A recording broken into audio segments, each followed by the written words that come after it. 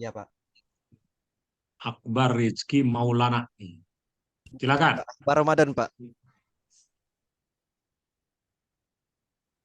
Hmm? Akbar Itu Ramadan, Pak. kalau kenapa? Akbar Ramadan bukan Akbar Rizky. Oh, ada dua Akbar. Iya, Pak. Akbar Ramadan. Silang, woi.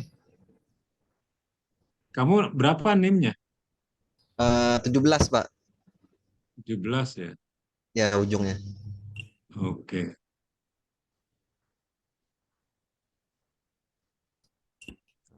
Baiklah, langsung Itu saja. suara. Kalau ada video ya, itu suaranya diitukan aja, diikutkan gitu loh. Ya, di setting supaya muncul. Tadi si Ihsan tuh nggak ada suaranya tuh. Ayo lanjut.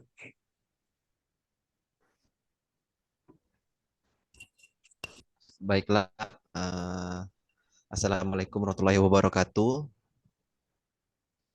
Baiklah, di sini saya akan mempresentasikan tugas mata kuliah teknik produksi yang berjudul Mesin Pemanen Mangga Mango Harvester. Perkenalkan, nama saya Akbar Ramadan dengan NIM F150 122 2017. Baiklah, pokok bahasan yaitu metode pemanen mangga, komponen dan prinsip kerja, kinerja mesin, hambatan dan peluang. Metode pemanen mangga manual yaitu tahapan pemanen mangga yaitu pemekan, pengangkat bun, terus penyortiran, terus di packing dan siap untuk dijual. Metode pemanen mangga menggunakan mango harvester yaitu menggunakan uh, yaitu mesin penyapit untuk memanennya. Kamu di Komponen slide mangga show kan harvester aja di nih. sini sistem. Akbar di slide Oh, show. iya Pak, maaf Pak. Di slideshow.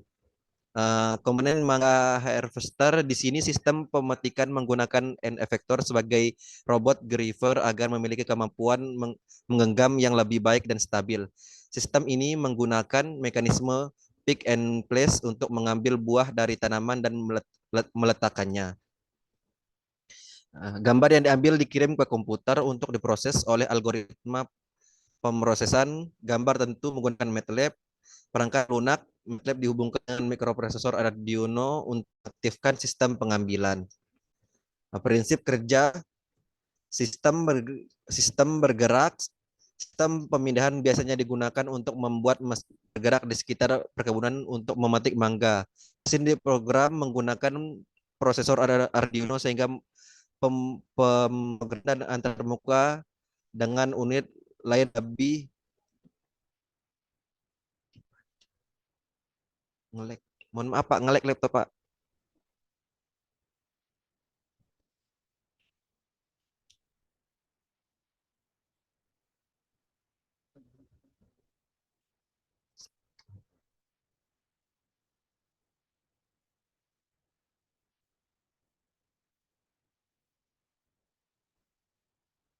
Ayo dilanjut.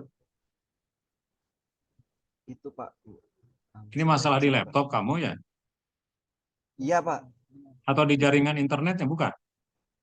Bukan Pak, emang laptop emang ngelek Pak. Oh iya. Eh, Sistem pengenalan itu dalam sistem pengenalan kami menggunakan kamera CCD berwarna untuk menangkap gambar. Mesin akan beroperasi menggunakan kombinasi sambungan yang digunakan untuk menghubungkan berbagai tautan yang akan membantu dalam operasi pengenalan dan pengambilan. Sistem pengambilan unit membedakan mangga secara terpisah, memberikan lokasi 3 dimensi dan orientasi buah. Informasi ini membuat unit pemetik untuk menargetkan lokasi yang akan dipetik.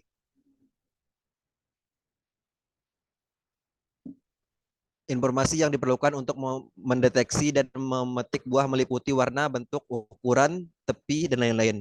Di sini sistem pemetik menggunakan end effector sebagai robot griever agar memiliki kemampuan menggenggam yang lebih baik dan stabil.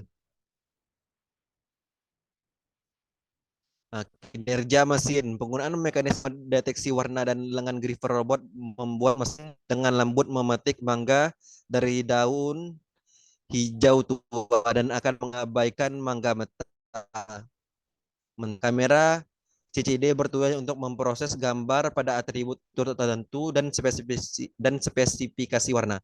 Unit ini membedakan mangga secara terpisah dan memberikan lokasi tiga dimensi dan orientasi buah. Informasi ini membantu unit pemetik untuk menargetkan lokasi yang akan dipetik.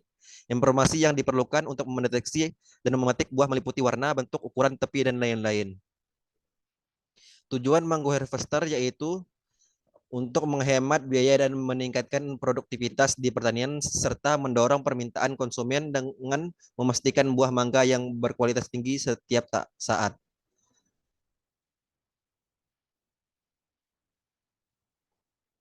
Nah, ini untuk videonya. It's just a mechanization trend, isn't it? Nobody washes their clothes by hand anymore. Nobody rides horses to work. You know, it's just a continuing trend of mechanization. Nobody digs potatoes by hand. In the pack house, in the mango industry, everything's mechanized.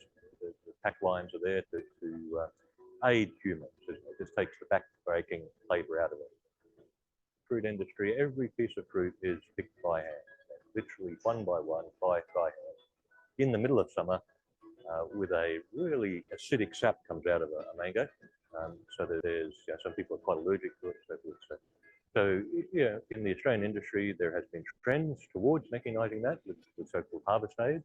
This is just adding to that, just another step in that direction to take the back-breaking part out of it and add the tools that we've got used in other parts of our life to that job.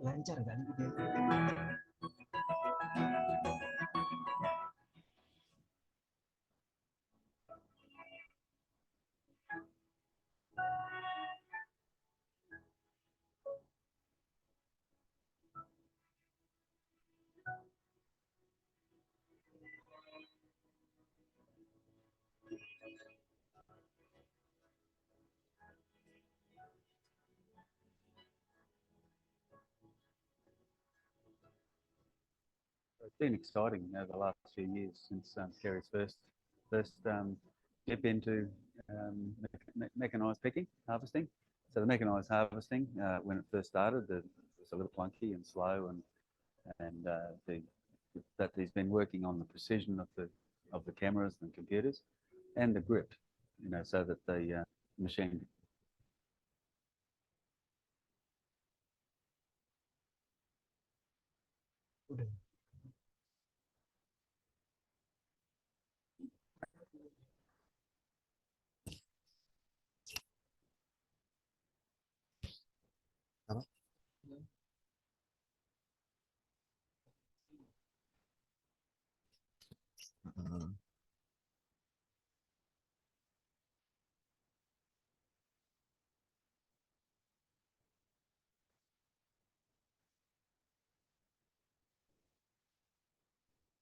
Baiklah, hambatan dan peluang yaitu penggunaan mesin pemanen mangga memiliki beberapa hambatan yaitu termasuk biaya awal yang tinggi, potensi kerusakan buah, dan persyaratan pelatihan, namun juga memberikan peluang dalam meningkatkan efisiensi, produktivitas, dan kualitas panen serta mengurangi ketergantungan pada tenaga kerja manusia dan memungkinkan akses ke pasar internasional.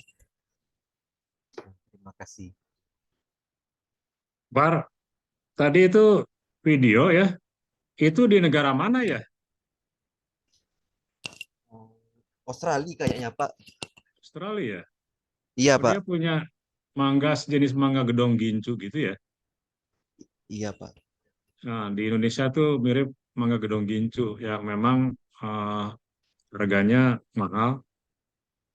Sebetulnya apa yang perlu kita lakukan ya kalau kebun mangga kita ingin menggunakan mesin pemanen seperti itu ya? Apa yang harus kita siapkan di kebun mangganya nih, Akbar? Kalau menurut Akbar sih Pak, di Indonesia nih, kalau setahu Akbar di daerah Akbar belum ada Pak yang menggunakan alat kayak gitu tuh Pak. Iya, maksudnya kebunnya harus seperti apa agar bisa dipakai mesin itu?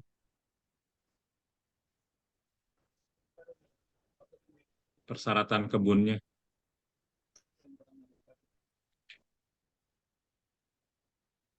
Eh,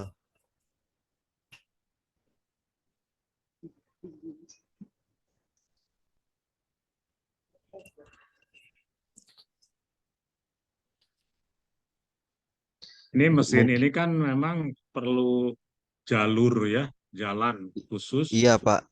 itu.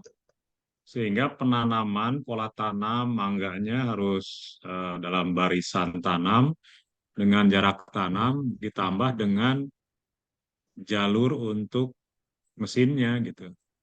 Di kita ini memang jarak tanam itu berdasarkan tajuk ya, tajuk ketemu tajuk itu. Dan itu memang tidak memungkinkan ada kendaraan yang bisa lewat di antara barisan tanam itu. Yang kedua juga lahannya ya, lahan kebunnya kadang-kadang memang tidak disiapkan untuk dilalui oleh kendaraan. Jangankan kendaraan, sepeda motor pun juga susah masuk ke kebun. Itu mungkin persoalan besar juga ya.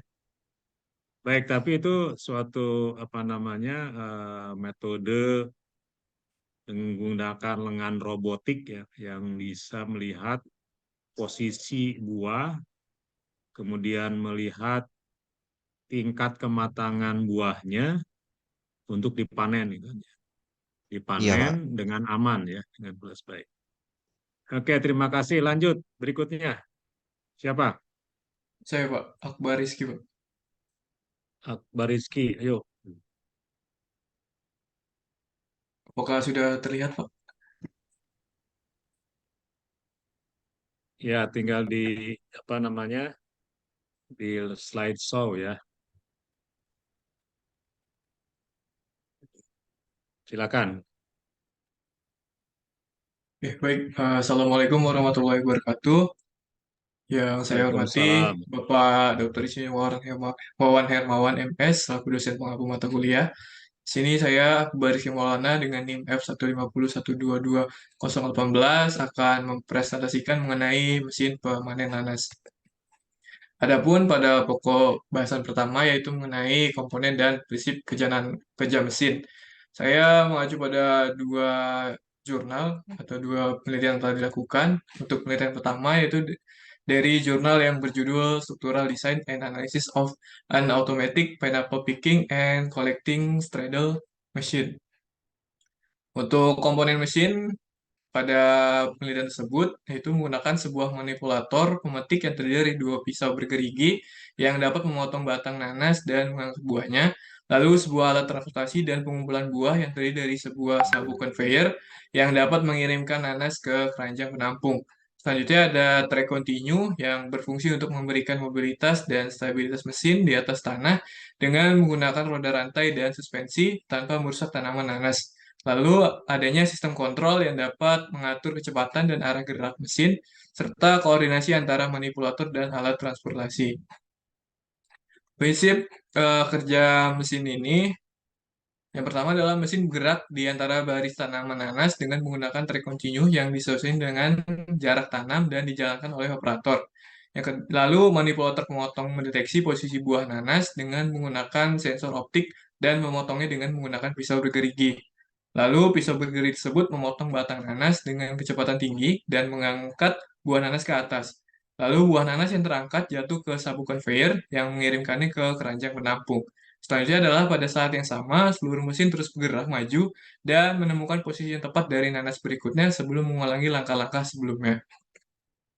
Adapun kinerja mesin saat operasional yaitu adalah mesin ini dapat mencapai efisiensi pemotongan sebesar 1.636 tanaman per jam yang 2 kali lipat dari efisiensi pemotongan manual, serta mesin ini dapat mengurangi kerusakan buah nanas dan tanaman yang disebabkan oleh proses pemotongan manual.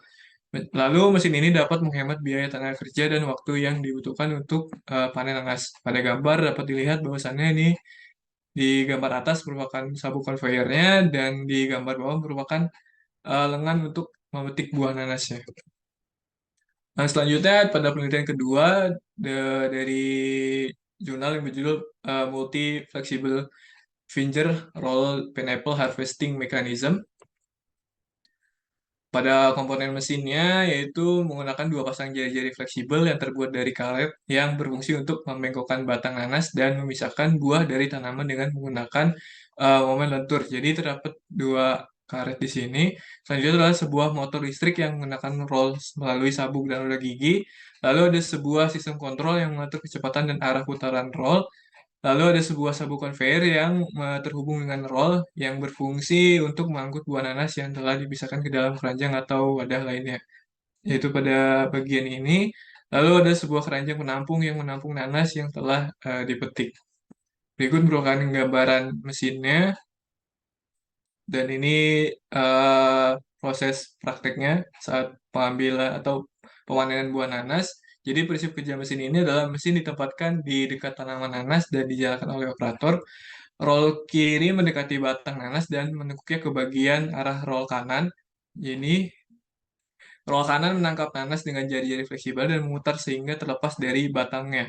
Nanas yang terlepas dari batang dan jatuh ke sabuk konveyor yang mengangkutnya ke keranjang atau wadah lainnya melalui celah antar roll. Dapat ditunjukkan pada gambar di atas. Adapun kinerja mesin saat operasional dalam mesin ini dapat mencapai tingkat panen sebesar 85% dan tingkat kerusakan sebesar 5% di uji laboratorium. Sedangkan di uji lapangan, tingkat panen dan tingkat kerusakan adalah 78% dan 8%, dan kecepatan panen adalah sekitar 1 detik per buah, yang menunjukkan bahwa mesin panen dapat memenuhi permintaan penggunaan panen nanas. Lalu dalam kasus panen yang tidak berhasil, kegagalan tersebut disebabkan oleh ketidaksesuaian antara panjang jari-jari fleksibel, ukuran buah, dan postur dan posisi panen. Berikut merupakan mesin semi mekanis yang ada di PT Great Giant Pineapple yang ada di Lampung Timur. Berikut merupakan video.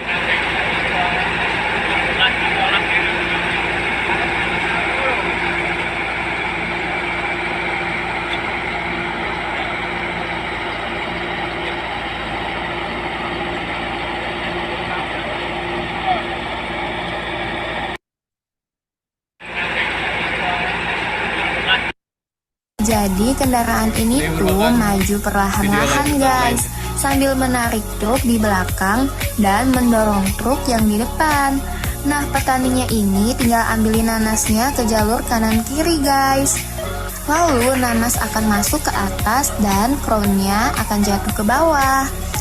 Nah, jalur tadi itu bakalan bergerak lagi ke arah truk yang berada di depan maupun belakangnya untuk ditampung sampai batas maksimal. Tuh lihat, banyak banget ya. Nah, kalau udah penuh, jalur pun di stop dan truk akan membawa ke pabrik untuk diolah, lalu digantikan lagi dengan truk yang kosong. Selanjutnya adalah pokok bahasan berikutnya, yaitu mengenai hambatan dan peluang pengembangan ke depannya. Saya bagi pokok bahasan menjadi 4 aspek. Yang pertama adalah aspek teknis, yaitu kurangnya ketersediaan dan variasi mesin yang sesuai dengan kondisi lahan, lalu jenis nanas, dan kebutuhan pasar. Selain itu, ada juga kendala dalam hal desain, kinerja, kualitas, dan pemeliharaan mesin yang masih perlu ditingkatkan. Lalu peluang teknis yang dapat dimanfaatkan dalam pengembangan mesin pemanen nanas adalah adanya kemajuan teknologi dan inovasi yang dapat mendukung peningkatan kapasitas, efisiensi, kualitas, dan biaya mesin. Selain itu, ada juga potensi kerjasama antara pihak-pihak terkait seperti peneliti, produsen, distributor, petani, dan pemerintah dalam hal pengembangan dan penyebarluasan mesin. Selanjutnya adalah aspek ekonomis. Hambatan ekonomis yang dihadapi dalam pengembangan mesin pemanen nanas ini adalah tingginya biaya investasi, operasional, dan pemeliharaan mesin yang belum terjangkau oleh sebagian besar petani. Selain itu, ada juga kendala dalam hal akses pemodalan, pasar, dan informasi yang masih terbatas. Adapun peluang ekonomis yang dapat dimanfaatkan dalam pengembangan mesin pemanen adalah adanya permintaan pasar yang tinggi, baik lokal maupun internasional, untuk buah nanas segar maupun olahan. Selain itu, ada juga potensi peningkatan nilai tambah, pendapatan, dan kesejahteraan petani dari usaha pengolahan nanas menjadi selai, koktail, sirup, dan lain-lain. Selanjutnya ada aspek sosial, adalah kurangnya kesadaran dan minat petani untuk menggunakan mesin sebagai alat bantu pemanen buah nanas. Selain itu, ada juga kendala dalam hal keterampilan, pengetahuan, dan sikap petani dalam mengoperasikan dan merawat mesin. Peluang sosial yang dapat dimanfaatkan dalam pengembangan mesin pemanen nanas adalah adanya kesempatan untuk meningkatkan kapasitas sumber daya manusia melalui pelatihan, bimbingan, dan penyuluhan tentang manfaat dan cara menggunakan mesin. Selain itu, ada juga potensi meningkatkan kemandirian dan solidaritas petani melalui pembentukan kelompok tani atau koperasi. Dan aspek yang terakhir adalah aspek kebijakan, di mana kurangnya dukungan dan fasilitasi dari pemerintah terkait perizinan, subsidi, insentif, regulasi, dan standar kualitas produk. Selain itu, ada juga tantangan dalam menghadapi persaingan global dan isu lingkungan. Peluang kebijakan yang dapat dimanfaatkan dalam pengembangan mesin pemanen nanas adalah adanya kebijakan strategis untuk mengembangkan sektor pertanian, khususnya subsektor hortikultura sebagai salah satu prioritas pembangunan nasional. Selain itu, ada juga kebijakan untuk mendorong pengembangan ekonomi kreatif berbasis pertanian melalui inovasi produk olahan nanas. Mungkin itu saja presentasi yang dapat saya sampaikan. Kurang lebih muat. Wassalamualaikum warahmatullahi wabarakatuh. Waalaikumsalam warahmatullahi wabarakatuh.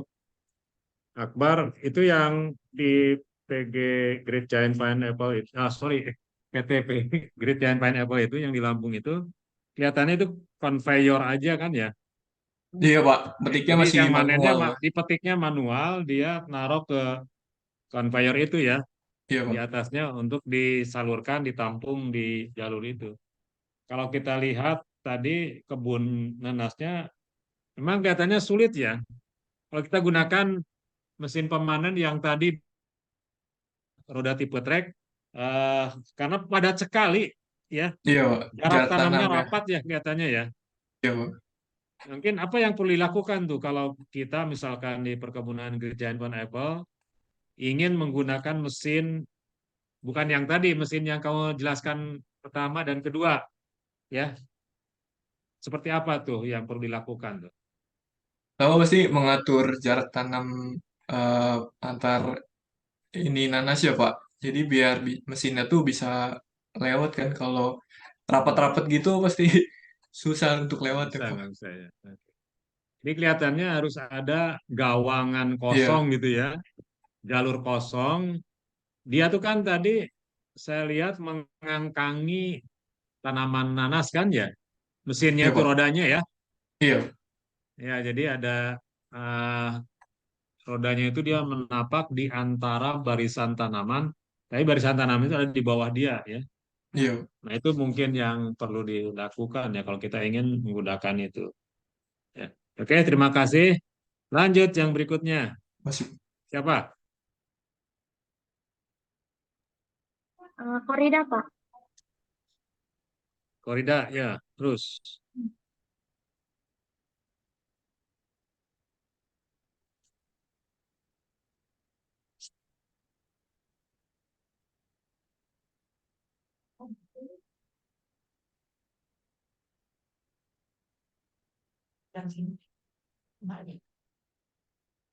Baik, Assalamualaikum warahmatullahi wabarakatuh.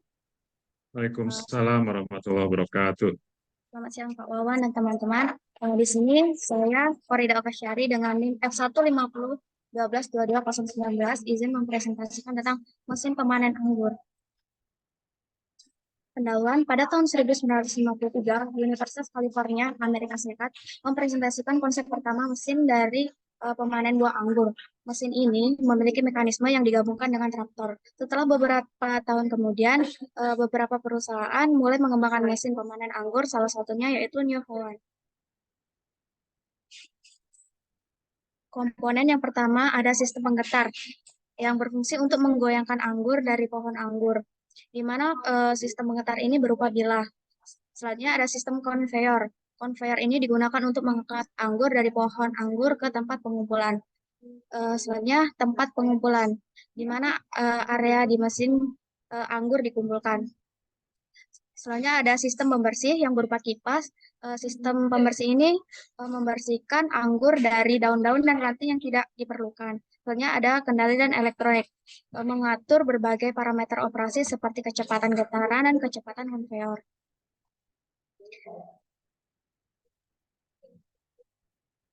Selanjutnya ada prinsip kerja. Mesin pemanen anggur bekerja dengan menggoyangkan tanaman anggur menggunakan sistem penggetar yang bergetar dengan frekuensi tertentu. Getaran ini menyebabkan anggur jatuh. Setelah jatuh, anggur dipindahkan oleh konveyor ke dalam mesin. Di dalam mesin itu sendiri, anggur akan dibersihkan dengan memisahkan anggur dari daun dan ranting yang tidak diinginkan. Selanjutnya, anggur yang sudah dibersihkan, dikumpulkan dalam satu wadah pengumpulan.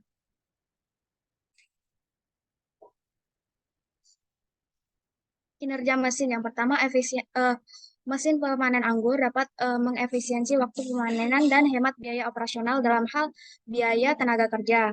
Selanjutnya dapat meningkatkan produktivitas pemanenan anggur.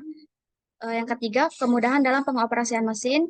Selanjutnya yang keempat, tingkat kehilangan buah rendah, yaitu sekitar 0,8 sampai 1,52%. Berikut video penjelasan dari mekanisme pemanenan anggur.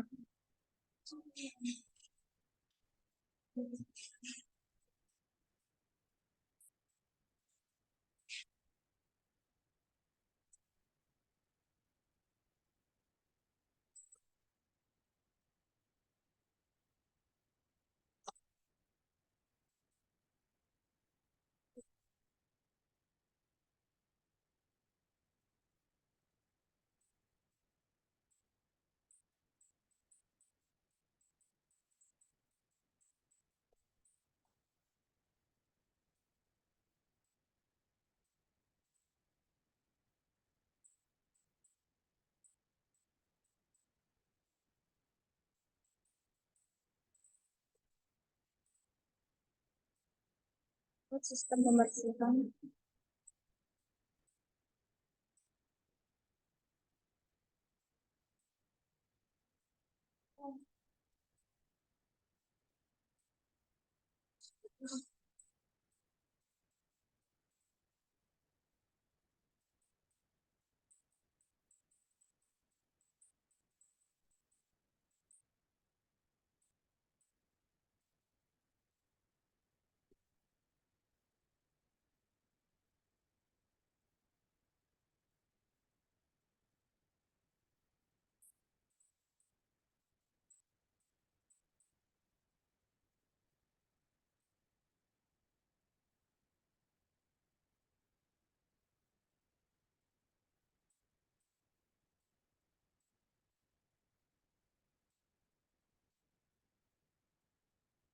Selanjutnya ada hambatan dan peluang mesin.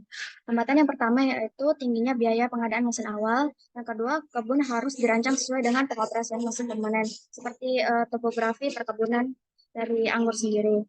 Selanjutnya ada peluang mesin. Yang pertama, mesin dibuat dengan skala perkebunan kecil sehingga dapat digunakan oleh petani anggur. Yang kedua, lebih mengembangkan alat agar mampu beradaptasi di berbagai topografi perkebunan anggur. Berikut referensi yang saya ambil. Sekian presentasi dari saya. Assalamualaikum warahmatullahi wabarakatuh.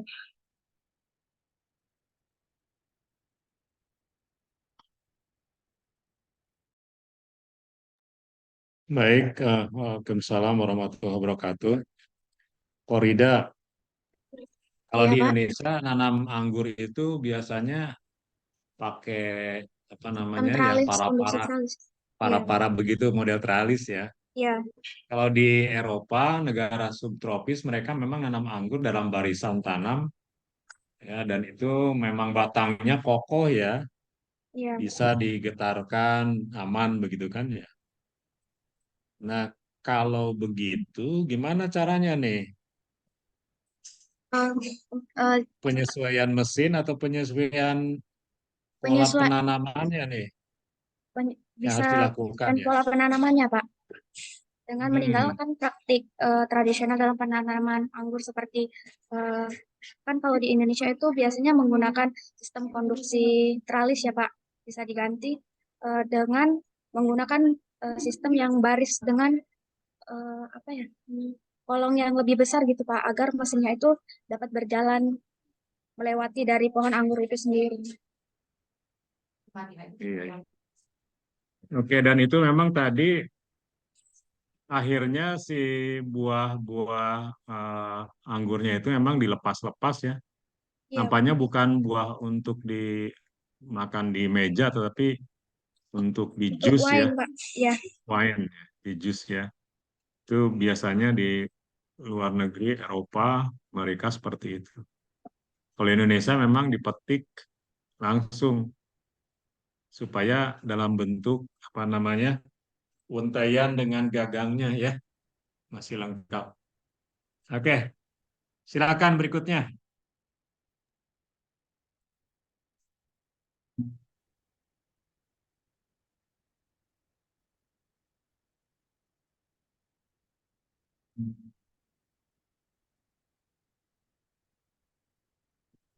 Siapa berikutnya? Saya Pak, Arif Ripan. Arif, Terdengar ya. Pak? Ya, langsung. Bismillah. Assalamualaikum warahmatullahi wabarakatuh. Perkenalkan nama saya Arif Ripan, F150 122 2020. Saya akan presentasikan mesin pemanen udang.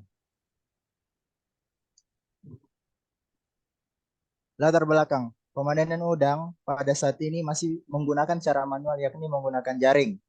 Dengan menggunakan jaring atau dengan cara manual itu membutuhkan tenaga kerja yang banyak sehingga biaya produksi yang sangat besar. Kemudian, pemanen secara manual dapat mengakibatkan udang stres dan berakibat pada kematian.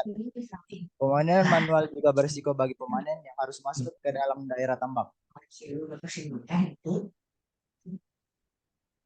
Komponen dari mesin pemanen udang. Pertama adalah rangka, kedua pompa, tiga corong pengumpul udang, saluran distribusi air, dan roda untuk mobilisasi. Jadi pada komponennya itu yang pertama terdiri dari rangka. Rangka ini berfungsi untuk menopang alatnya atau mesinnya. Kemudian pompa. Pompa ini berfungsi untuk mengalirkan air dan juga udang ke dalam mesin atau hopper. Dan corong pengumpul udang atau hopper. Hopper ini dia dimodifikasi. Di dalamnya terdapat bila-bila yang akan menahan udang. Jadi udangnya itu akan ditahan pada bila-bilanya, namun airnya akan tetap dialirkan. Kemudian roda untuk mobilisasi. Roda ini berfungsi untuk memudahkan untuk memindahkan alat. Prinsip kerja. Prinsip kerja dari alat panen udang yaitu mekanisme mesin pemanen udang menggunakan pompa air tipe sentrifugal pump, di mana komunitas yang panen dihisap dan didistribusikan koper melewati peler pompa. Tambak terlebih dahulu akan dialirkan airnya melalui drainase. Pada saluran drainase tersebut ditempatkan selang atau saluran inlet dari mesin yang terhubung ke pompa. Pompa tersebut akan menghisap air dan udang yang kemudian akan dialirkan ke hopper. Pada bagian hopper terdapat kisi-kisi yang akan menahan udang namun tetap akan meneruskan air yang masuk. Sehingga pada hopper terdapat dua saluran outlet yakni untuk air dan untuk udang. Udang kemudian akan dialirkan kembali keluar melalui saluran outlet.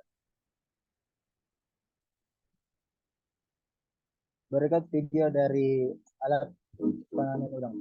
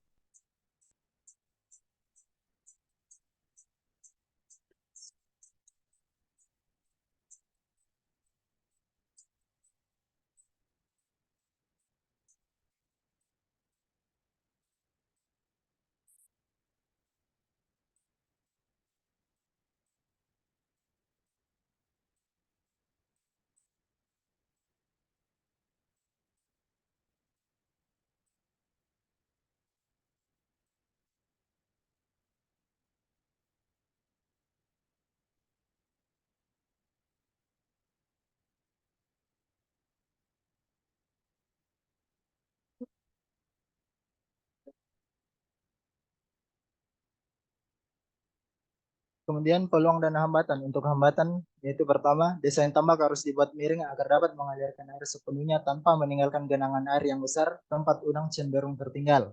Kemudian dua, sistem drainase pada tambak harus betul-betul baik. Ketiga, hasil panen masih banyak yang mengalami kecacatan dan tingkat mortalitas yang tinggi yakni di atas 5%.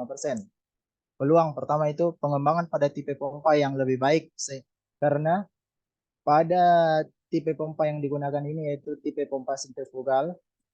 Itu centrifugal pump, dia memiliki impeller. Impellernya itu biasanya akan bertabrakan dengan udang sehingga dapat mengakibatkan kecacatan dan mortalitas yang tinggi. Kemudian kedua itu pengembangan terhadap dimensi dan bobot mesin. Karena pada tambak-tambak modern sekarang daerah untuk pematangnya itu kebanyakan lebih kecil. Terima kasih.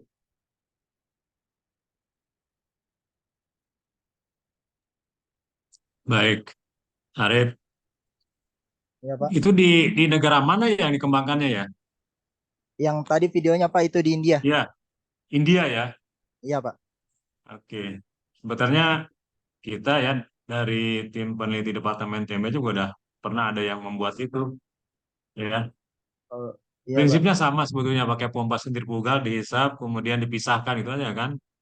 Iya, Nah Pak. itu memang betul yang kamu sampaikan tadi, ada persoalan, ada kerusakan lah ya dari sisi udangnya. Jadi kita menggunakan Pompa sentrifugal. centrifugal pump itu, Iya, speednya tinggi itu, iya, Pak. centrifugal pump itu untuk bisa menghisap air Air dan udang kan, dan bobotnya iya, cukup Pak. besar. Iya. Kira-kira solusinya apa ya, Arif ya? Pertama, Pak, Menurut itu ide kamu?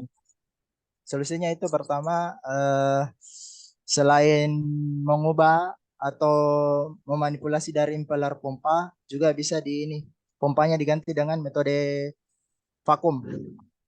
Ya, vakumnya pampuam, jangan pakai pompa juga. Oh, vakum itu. Ya. Pompa jenis apa yang bisa mungkin? Kalau menurut kamu, ada nggak solusinya? Hmm, pompa. Ini kan pompa vakum, centrifugal pump itu termasuk pompa vakum, Ya, pompa Pak. hisap lah. Ya. Sejauh ini yang saya tahu, Pak, biasanya orang-orang memodifikasi dari impellernya itu. Impeller Jadi ya. impeller, ya, Oke. Itu memang hubungan antara speed dengan potensi benturan itu memang sangat tinggi ya, ya, Pak. hubungan itu. Sehingga kalau kita masih menggunakan jenis pompa centrifugal pump itu, putaran dengan biasanya di atas 6.000 RPM gitu kan ya, Ya, Pak. itu pastilah benturan itu terjadi cukup besar gitu kan ya. Ya, Pak. Belum lagi adanya udang-udang yang kecepit di antara impeller Impeller, ya, ya, ya, Pak. ya dengan rumah Cuma pompanya casing itu juga pompanya. ada lah. Ya, Pak. Ah, Oke, perlu pengembangan lah peluang itu ya dari sisi itu. Ya, Pak. Baik, terima kasih Arif. Langsung disambung berikutnya. Pak, saya izin share.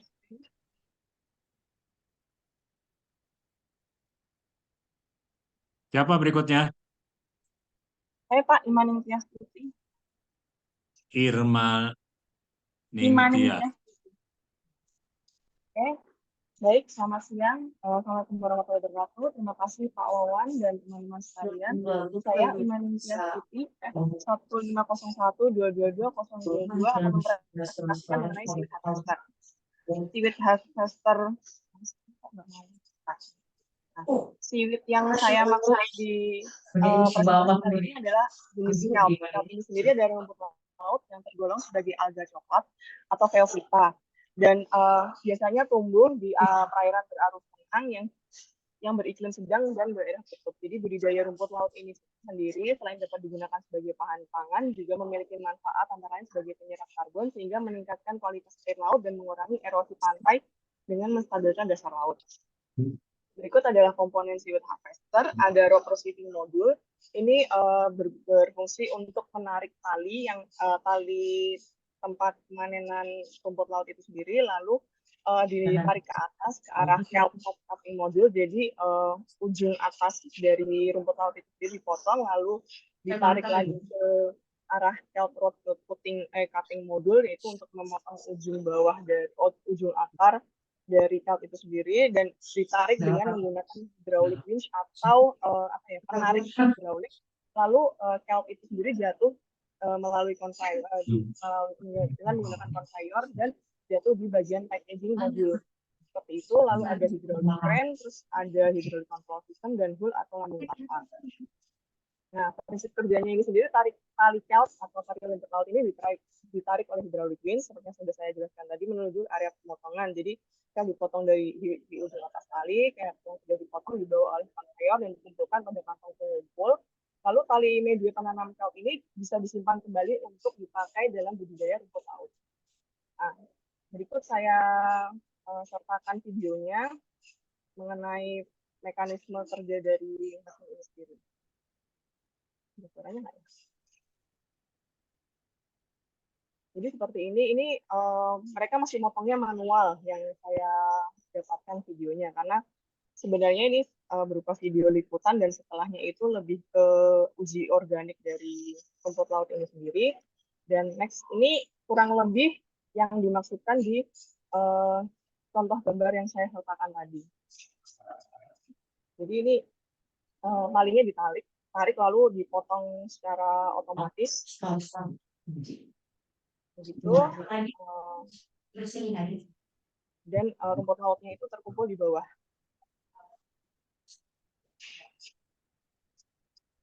Nah, ini beda jenis dari kelp. Ini yang biasanya digunakan sebagai nori. Nah, kinerja mesin mesin pemanen rumput laut ini sendiri, jadi hasil panen rumput laut ini menggunakan mesin 2-3 kali lipat lebih banyak dibandingkan dengan mesin pemanen manual. Jadi kalau yang manual itu kan tali tanaman rumput lautnya itu ditarik manual oleh pekerjanya, terus dengan adanya mekanisasi penarikan secara otomatis melalui hydraulic winch ini dapat mengurangi intensitas pekerjaan manual. Jadi terus karena sudah dipotong secara kalau yang dipotong secara otomatis itu sisa buangan atau potongan secara panen dapat berkurang secara efektif. Lalu hambatannya itu karena kan ini banyak digunakan di perairan dangkal, jadi ketika dibandingkan dengan laut lepas, efisiensinya tuh di laut lepas lebih rendah dibandingkan perairan dangkal. Terus walaupun ini sudah ada otomatisnya, tetap memerlukan tenaga manual untuk memotong dan menyortir. Mungkin sebagian alat yang masih bersemi manual. Jadi yang kayak tadi itu pemotongan masih dengan tenaga manusia. Nah, tantangannya ini sendiri perlu pengembangan seaweed harvester dengan alat otomatis. Jadi kan untuk tali setelah ditariknya itu kan digulung manual oleh pekerjanya. Lalu ada di beberapa video yang saya tonton itu talinya itu kadang tuh suka macet, jadi pergerakannya tidak halus. Ada juga yang talinya terlalu cepat, jadi banyak rumput laut yang tidak terpotong secara efektif. Jadi masih ada sisa rumput laut yang masih panjang yang belum terpotong. Ini adalah referensinya, saya ambil untuk demikian yang dapat saya sampaikan. Terima kasih. Assalamualaikum warahmatullahi wabarakatuh. Waalaikumsalam warahmatullahi wabarakatuh. Irma, itu di Cina kelihatannya ya? Kalau yang di pertama itu di Amerika, Pak, di Maine, Amerika ya? New Jersey. Ya. Oh. Terus yang kedua itu ini Pak, jadi pekerja Indonesia tapi dia di perusahaan Jepang yang buat bikin nori itu Pak. Oh gitu. Oke. Nah di Indonesia sendiri mereka kan nanam seaweed itu ditali pakai tambang plastik gitu ya.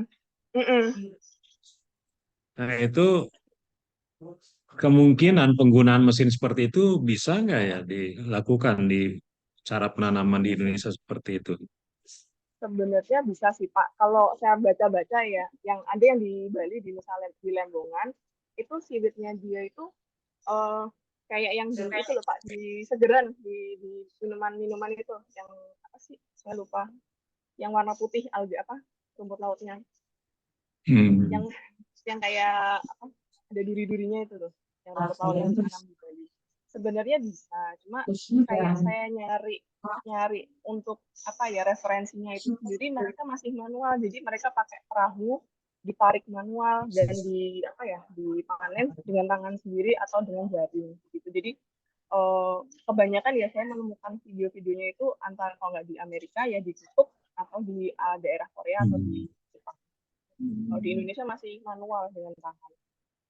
Ya, jadi masih ada peluang ya Iya, untuk kalian coba kembangkan ya, disesuaikan dengan iya, sistem budidaya rumput laut yang ada di Indonesia. Baik, iya. terima kasih Irma. Lanjut Iya, berikutnya. terima kasih Pak. Baik Bapak, izin sastra.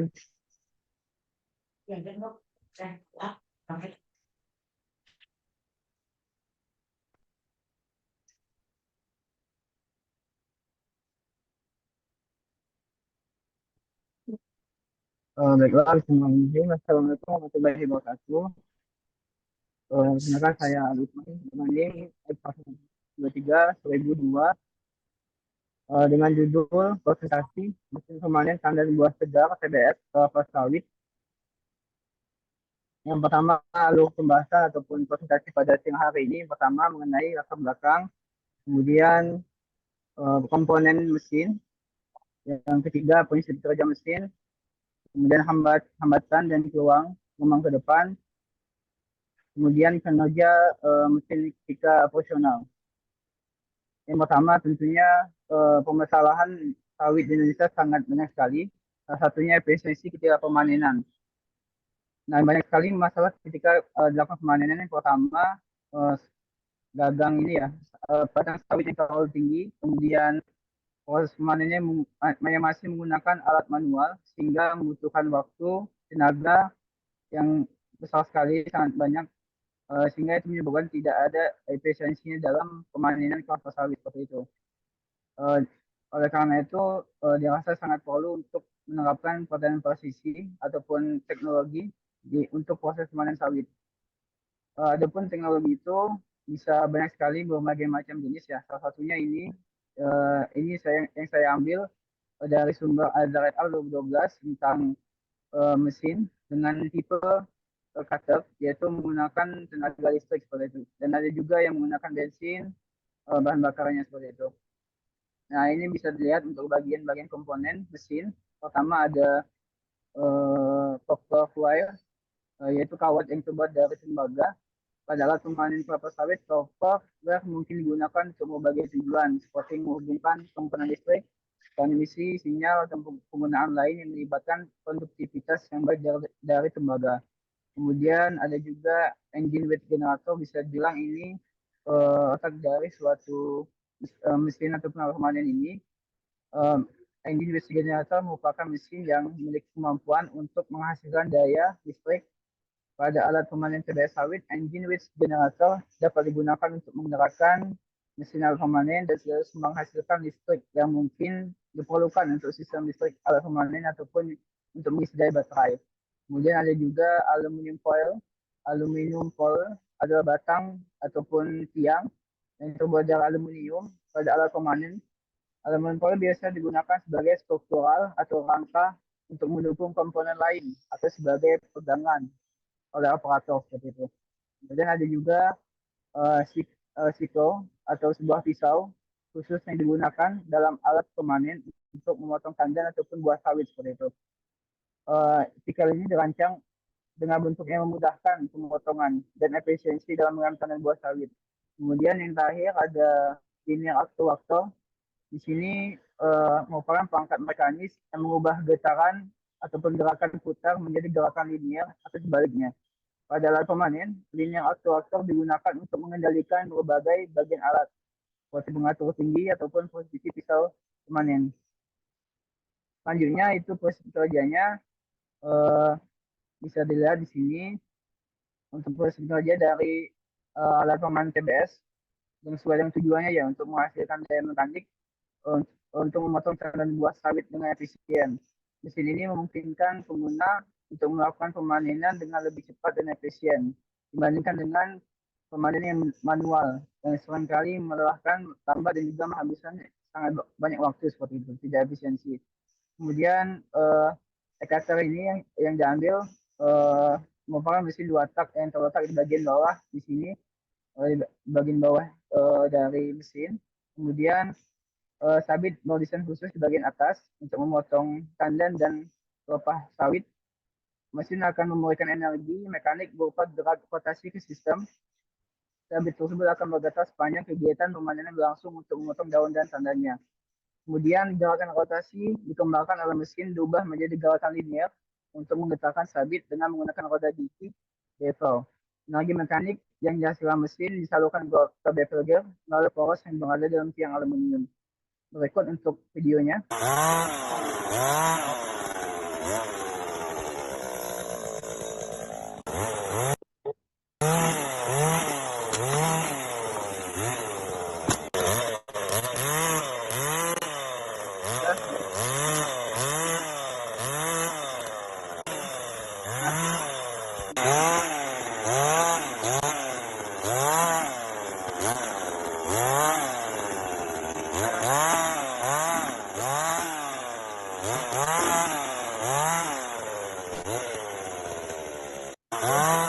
Selanjutnya untuk kinerja mesin ya. Kinerja mesin itu saya mengambil 3 sumber ya, sesuai dengan berbagai jenis tadi. Pertama menurut Alzar Al-2012, mesin pemanen TBS sawit tipe Cantas TM, itu tipe yang menggunakan bahan bakar seperti solar, bensin, tidak menggunakan listrik. Dapat meningkatkan rasio pekerja terhadap luas lahan sekitar 1:38 dibandingkan secara manual hanya 1:18. Selain itu mesin ini berhasil meningkatkan produktivitas TBS dari 4,19 ton per hari menjadi 11,60 ton per hari. Sangat tinggi sekali peningkatannya dari yang manual menggunakan mesin. Kemudian menurut Nugroho et al. Untuk rancangan yang flexible shape, maksud flexible shape di sini untuk bahan bakarnya itu tidak menyatu dengan mesin tapi terpisah seperti itu. Nah, dan rancangan ini menurut Nugroho et al. 2002, cepat pemotongan dahan mencapai 20 dahan per menit dengan parameter tetap waktu pemotongan 1,5 menit. Selain itu, apabila proses pembuatan file pada gearbox dibuat dan desain secara mandiri, tentunya akan menghemat biaya seperti itu. Kemudian menurut Al-Jawadiab et al. 2018, mesin pemanen TBS sawit tipe Cantas TM terdiri dari mesin 2 langkah, yaitu cutting, head, pole, dan 25,4 cc atau sama dengan 1,3 HP.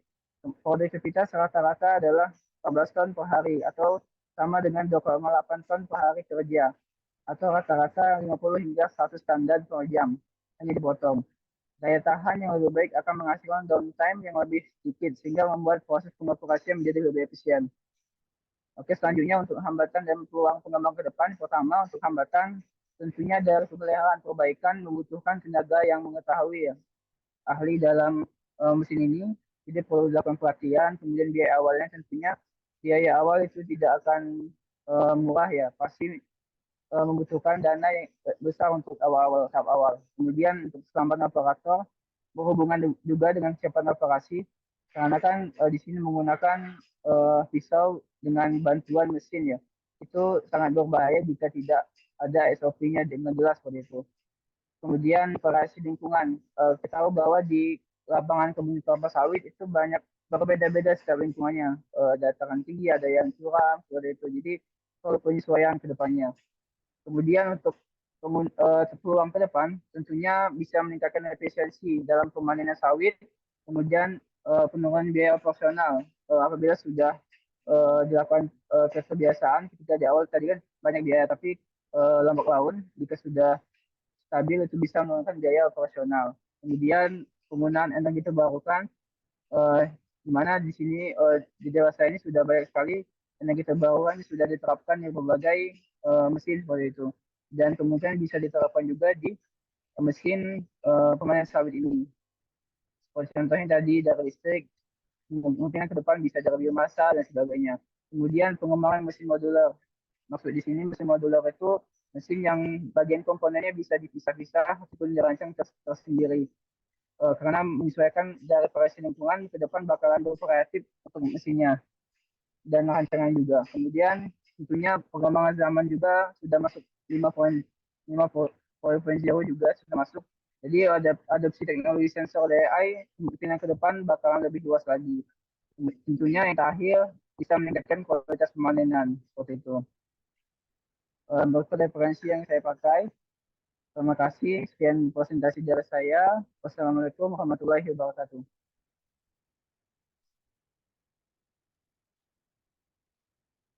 Baik, Waalaikumsalam warahmatullahi wabarakatuh. Ali Isman ya, di Indonesia memang sangat banyak perkebunan sawit dan nomor satu luas ya di dunia kebun sawit itu ada di Indonesia.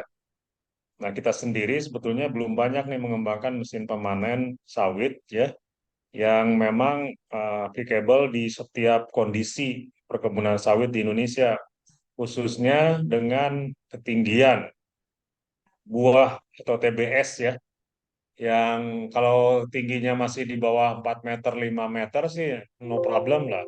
Tapi bagaimana untuk yang kondisi ketinggian TBS-nya itu udah sampai 6 meter ke atas? Bagaimana kira-kira menurut kamu nih solusinya nih? Baik Bapak, terima kasih banyak. Di sini sesuai dengan peluang tadi ya Pak. Peluang tadi saya sebutkan bahwa adanya pengembangan di mesin modular. Jadi ke depan untuk dagangnya itu bisa dibuat lebih runcing lagi, lebih simpel, tidak berat, dan penggunaan energi listrik tadi Pak sudah terlihat juga di sini. Nah ini untuk rancangan yang menggunakan energi listrik. Ini pengembangan dengan Azhar et al. Jadi bisa pemanenan walaupun tinggi itu bisa dicapai gitu Pak.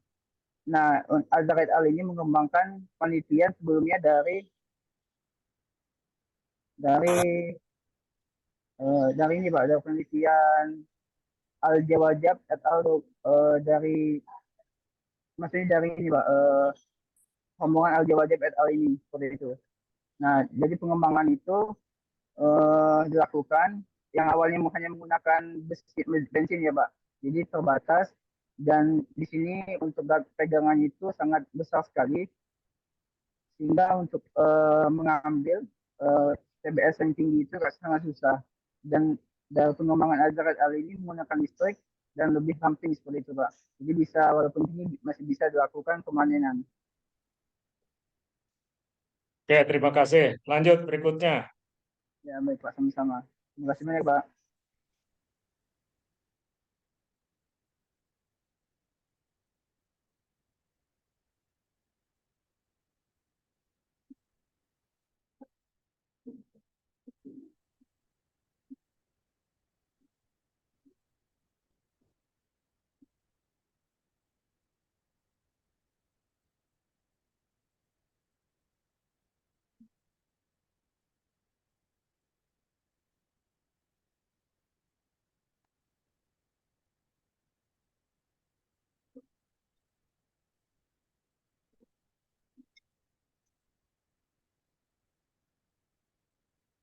Baik, terima kasih atas waktunya. Kepada yang saya hormati, Bapak Wawan selaku dosen teknik produksi pertanian dan teman-teman semuanya. Selanjutnya, saya yaitu Novio Valentino dengan nomor induk mahasiswa F150123103 akan mempresentasikan mengenai mesin pemungut enceng gondok atau Hyacin Harvester. Untuk pendahuluan yaitu enceng gondok enceng gondok ini termasuk sebagai gulma, yaitu dengan cepat berkembang biak memenuhi perairan dan dapat mengganggu seperti suplai oksigen dan cahaya masuk ke matahari. Untuk itu, maka diperlukan pengendalian enceng gondok. Pengendalian tersebut salah satu caranya itu dengan mekanis, dengan cara pemungutan enceng gondok. Pemungut enceng gondok sendiri bisa dilakukan dengan cara manual dengan menggunakan alat pitchfork. Alat ini dengan manual ini akan memakan tenaga kerja dan memakan waktu serta tidak cocok untuk area yang luas. Untuk itu, maka pada pemungutan dilakukan dengan menggunakan mesin pemungut enceng gondok. Berdasarkan hal tersebut, akan mempelajari tentang metode dan prinsip alat pemungut ancang gondok, komponen yang terdapat pada alat tersebut, dan kinerja mesin. Proses pengangkutan ancang gondok sendiri yaitu ancang gondok yang berada di perairan dilakukan pemotongan dengan alat pemotong yang kemudian pengambil dan selanjutnya diangkut dan dikumpulkan dengan menggunakan conveyor. Setelah menuju conveyor, dialirkan menuju bak penampung yang selanjutnya akan dialirkan lagi dengan conveyor menuju ke tempat pembuangan dan melalui truk. Pada alat tersebut menggunakan beberapa bagian yaitu kapal atau poton yang bermesin diesel yang berfungsi untuk menyuplai propulsi pada pergerakan kapal tersebut dan pergerakan pada alat-alat yang digunakan. Komponen mesin sendiri, komponen utama terdiri dari beberapa bagian. Yang pertama, di awal itu terdiri dari vertical mower atau pemotong vertikal. Fungsi alat ini untuk memotong ancang gondok yang agak susah apabila tidak dilakukan pemotongan karena akarnya saling berkait ya dan serabut. Selanjutnya setelah dipotong, terdapat pick up reel yang fungsinya untuk mengumpulkan ancang gondok tersebut dan selanjutnya diambil dan diletakkan kepada loading conveyor yang posisinya 140 derajat, sehingga setelah itu dengan gaya gravitasi ancang gondok yang mengalir melalui conveyor jatuh melalui conveyor selanjutnya dan ke alat penampung sementara. Pada alat ini dilengkapi dengan transmisi unit yang fungsinya untuk menggerakkan antara vertical roll, pick reel, dan conveyor.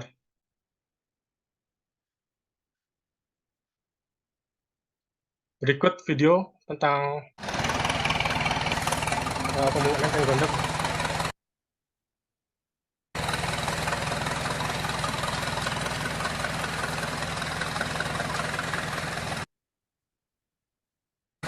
Di bagian pertama yaitu ada mesin pemotong untuk memotong rangkaian ancang gondok tersebut agar mudah untuk mengalir di conveyor. Pada conveyor dengan kemiringan tertentu sehingga ancang gondok tidak jatuh kembali ke perairan. Dengan gaya gravitasi jatuh ke conveyor selanjutnya untuk dialirkan menuju bak penampungan dan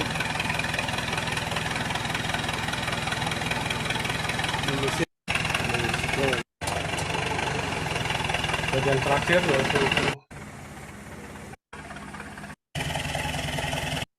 dialirkan kepada truk-truk penampung yang kemudian akan dibuang kepada penampung, tempat penampung.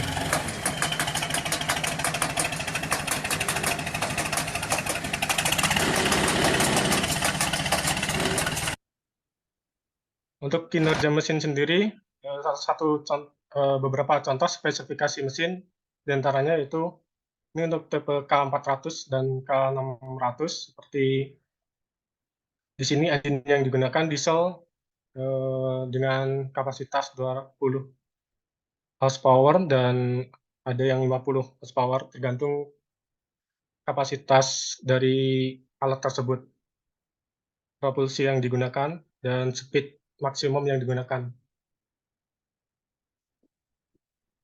Dan juga kemampuan mesin pemungut ancang gondok ini diukur seperti efektivitas operasionalnya, yaitu alat ini termasuk handal beroperasi lebih dari 100 jam. Kemudian kemampuan beroperasi di kedalaman rendah, yaitu dapat beroperasi hingga 4,5 meter ya, untuk penanganan halangan di bawah air, seperti batang, akar, besi, dan batu, dan lain-lain, mesin ini mempunyai sistem safety, sehingga dengan menyentuh benda yang keras akan berhenti beroperasi sementara. Walaupun terdapat kerusakan yang terbatas, seperti kerusakan ringan pada pisau yang terdapat pada mesin. Kemudian kemampuan untuk mengangkut gulma, selain gulma ini ancang gondok, juga terikut juga lumpur-lumpur yang terangkut. Dan selanjutnya yaitu kemampuan dalam beradaptasi pada lingkungan. Walau tidak hanya di perairan, alat ini juga dapat mendekati di berbagai jenis lingkungan yang agak dangkal untuk menyalurkan ancang gondok yang sudah diambil. Untuk hambatan dan tantangannya, sama seperti alat-alat mekanisasi sebelumnya, yaitu seperti biaya operasi yang membutuhkan operasional spare part dan bahan bakar. Untuk keandalan mesinnya perlu diperbaiki apabila masih ada kekurangan. Sedangkan dampak lingkungan, alat ini kemungkinan dapat merusak ekosistem pada air, mempengaruhi kualitas air, dan dapat mengganggu ekosistem air seperti ikan dan lain-lain. Dalam pengoperasiannya tersebut dibutuhkan keahlian, sehingga hanya orang tertentu yang dapat mengoperasikan. Untuk potensi pengembangannya, yaitu dilakukan peningkatan efisiensi.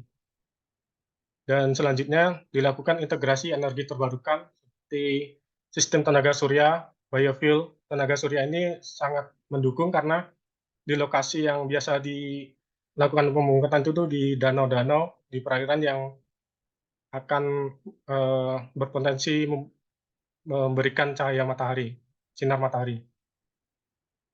Sehingga penyesuaian dengan lingkungan, maksudnya ini di lingkungan yang kecil ataupun besar bisa dilakukan sesuai dengan kapasitas. Dan peningkatan edukasi dan pelatihan, sehingga dapat meningkatkan efisiensi apabila tenaga yang melakukan itu lebih terampil. Selanjutnya itu dengan dilakukan kemitraan dan kolaborasi. Dilakukan karena biayanya mahal, mungkin sistemnya penyewaan atau kerjasama. Sekian presentasi dari saya, ada kurang lebih saya mohon maaf. Sekian, wassalamualaikum warahmatullahi wabarakatuh. Waalaikumsalam warahmatullahi wabarakatuh. Ini kelihatannya memang dipungut aja ya, bukan untuk, nggak tahu pemanfaatannya. Sementara ini kelihatannya karena mengganggu gitu kan ya, mengganggu perairan, terus dipungut gitu kan ya, seperti sampah gitu kan ya. Iya, Pak. Sebenarnya juga bisa dimanfaatkan, ada beberapa potensi untuk bahan kerajinan sama konversi biomasa gitu. Oke. Baik, Sama terima pemupuk. kasih. Lanjutkan berikutnya. Siapa? Saya Pak, tinggal tadi.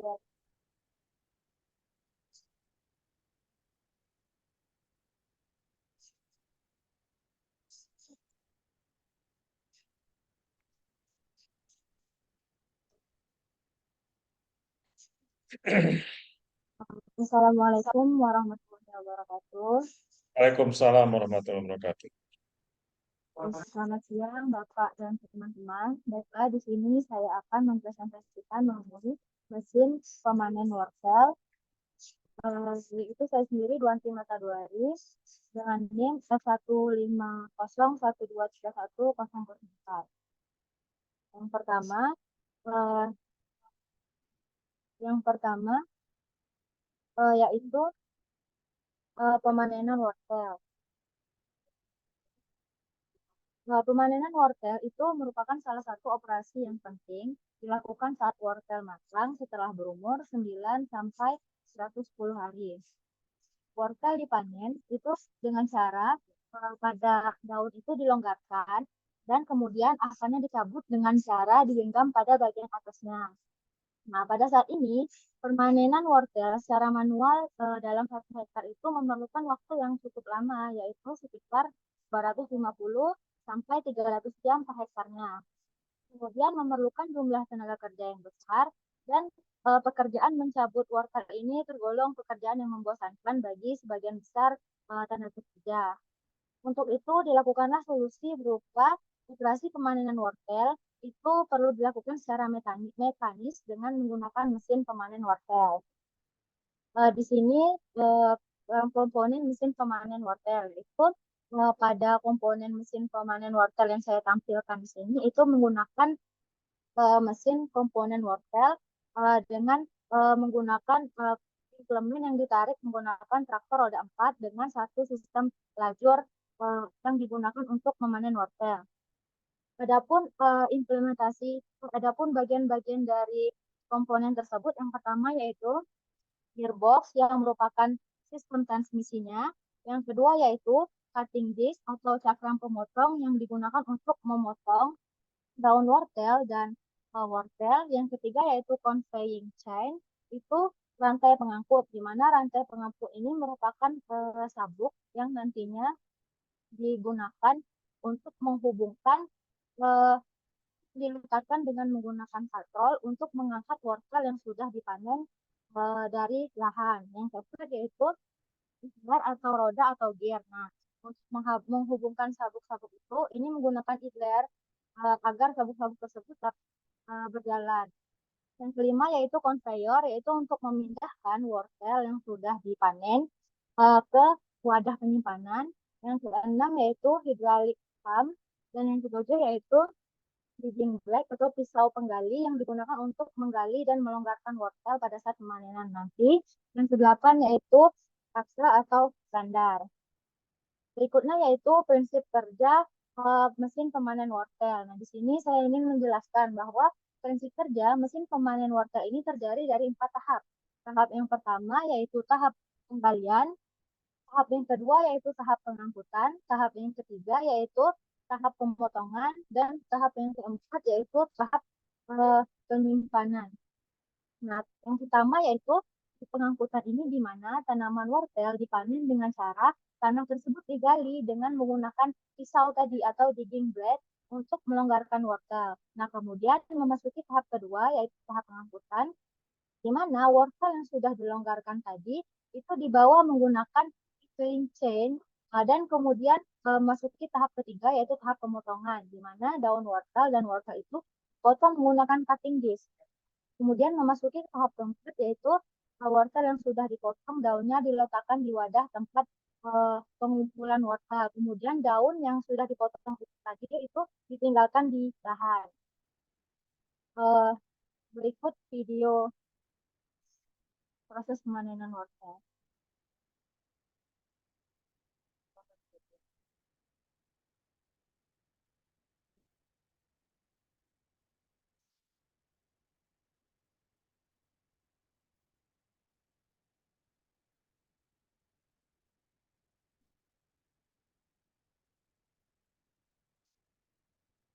Nah, berikutnya yaitu kinerja mesin pemanenan wortel saat operasional. Nah, di sini mesin pemanen wortel itu mampu memanen wortel dengan lahan yang luas dalam waktu yang singkat serta tidak memerlukan banyak tenaga kerja dan dapat meminimalisir kerusakan wortel yang dipanen. Efisiensi dari penggunaan mesin pemanen wortel ini yaitu pada efisiensi penggalian, efisiensi pengambilan, dan efisiensi pemotongan daun wortel yaitu sebesar 100%, 61,56%, dan 100% untuk masing-masing efisiensi. Kemudian untuk efisiensi lapang sebesar 61,70%, untuk menghemat waktu dan biaya pengoperasian ditemukan sebesar 94% dan 63,36%, dengan alat penggali wortel yang dikembangkan itu terbukti lebih baik dibandingkan metode pemanenan secara manual. Adapun hambatan dan peluang dari untuk pengembangan mesin pemanen wortel ini ke depan, yaitu pada bagian hambatan itu mesin pemanen wortel jenis ini tidak bisa digunakan di lahan perkebunan skala kecil dan tidak bisa digunakan di semua jenis lahan. Yang kedua itu mesin ini menggunakan biaya perawatan yang besar Yang ketiga, memerlukan biaya yang besar untuk pembelian mesin. Dan yang keempat, untuk pertanian skala maju, pengoperasian mesin masih menggunakan operator. Adapun peluang dari mesin pemanen wortel ini yaitu kemungkinan untuk kedepannya bisa dirancang mesin pemanen wortel yang mampu beroperasi di lahan berskala kecil dan di semua jenis kondisi lahan, terutama untuk di wilayah Indonesia. Yang kedua, mampu meminimalisir biaya operasi dan biaya perawatan mesin. Dan yang ketiga, dapat merancang mesin pemanen wortel yang bisa digerakkan tanpa operator. Terima kasih.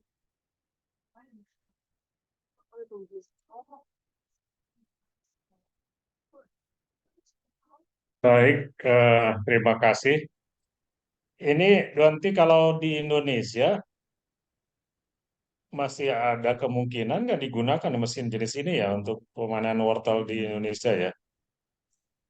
Baik Bapak, jadi begini Pak, kemarin saya juga sudah mencari kan, apakah ada kemungkinan mesin tersebut bisa digunakan di Indonesia. Seperti yang kita ketahui bahwa untuk lahan petani di Indonesia itu untuk terkhusus pada lahan penanaman wortel itu kurang dari 1,5 hektar Pak. Jadi untuk mesin yang berskala besar ini tidak mungkin digunakan, tetapi mungkin untuk mempermudah para petani bisa dirancang mesin skala kecil. Kemarin saya juga sudah melihat salah satu video dari India Pak, itu dia menggunakan traktor roda 2 dengan menggunakan satu sistem pengangkut. Jadi mungkin itu bisa diterapkan di Indonesia karena sejauh yang saya cari di materi yang Indonesia itu pada saat ini masih sangat sedikit, bahkan bisa dikatakan saya belum menemukan mesin pemanen wortel di Indonesia Pak. Malahan yang ada yaitu mesin pencucian wortel. Baik, ini masih banyak ya peluang bagi kalian untuk mengembangkan mesin ini di Indonesia ya. Ini waktunya sudah melebihi waktu kuliah kita, jadi kita akan selesaikan dulu sampai di sini. Sisanya yang belum presentasi kita akan presentasikan minggu depan ya. Mohon maaf karena ini juga saya punya jadwal juga kuliah berikutnya ya. Jadi yang sisanya lagi yaitu tinggal berapa 5 orang lagi ya. Minggu depan ya kita jadwalkan ya. Baik, terima kasih. Assalamualaikum warahmatullahi wabarakatuh. Waalaikumsalam. Waalaikumsalam. Terima kasih Pak. Waalaikumsalam. Makasih Pak. Terima kasih Pak.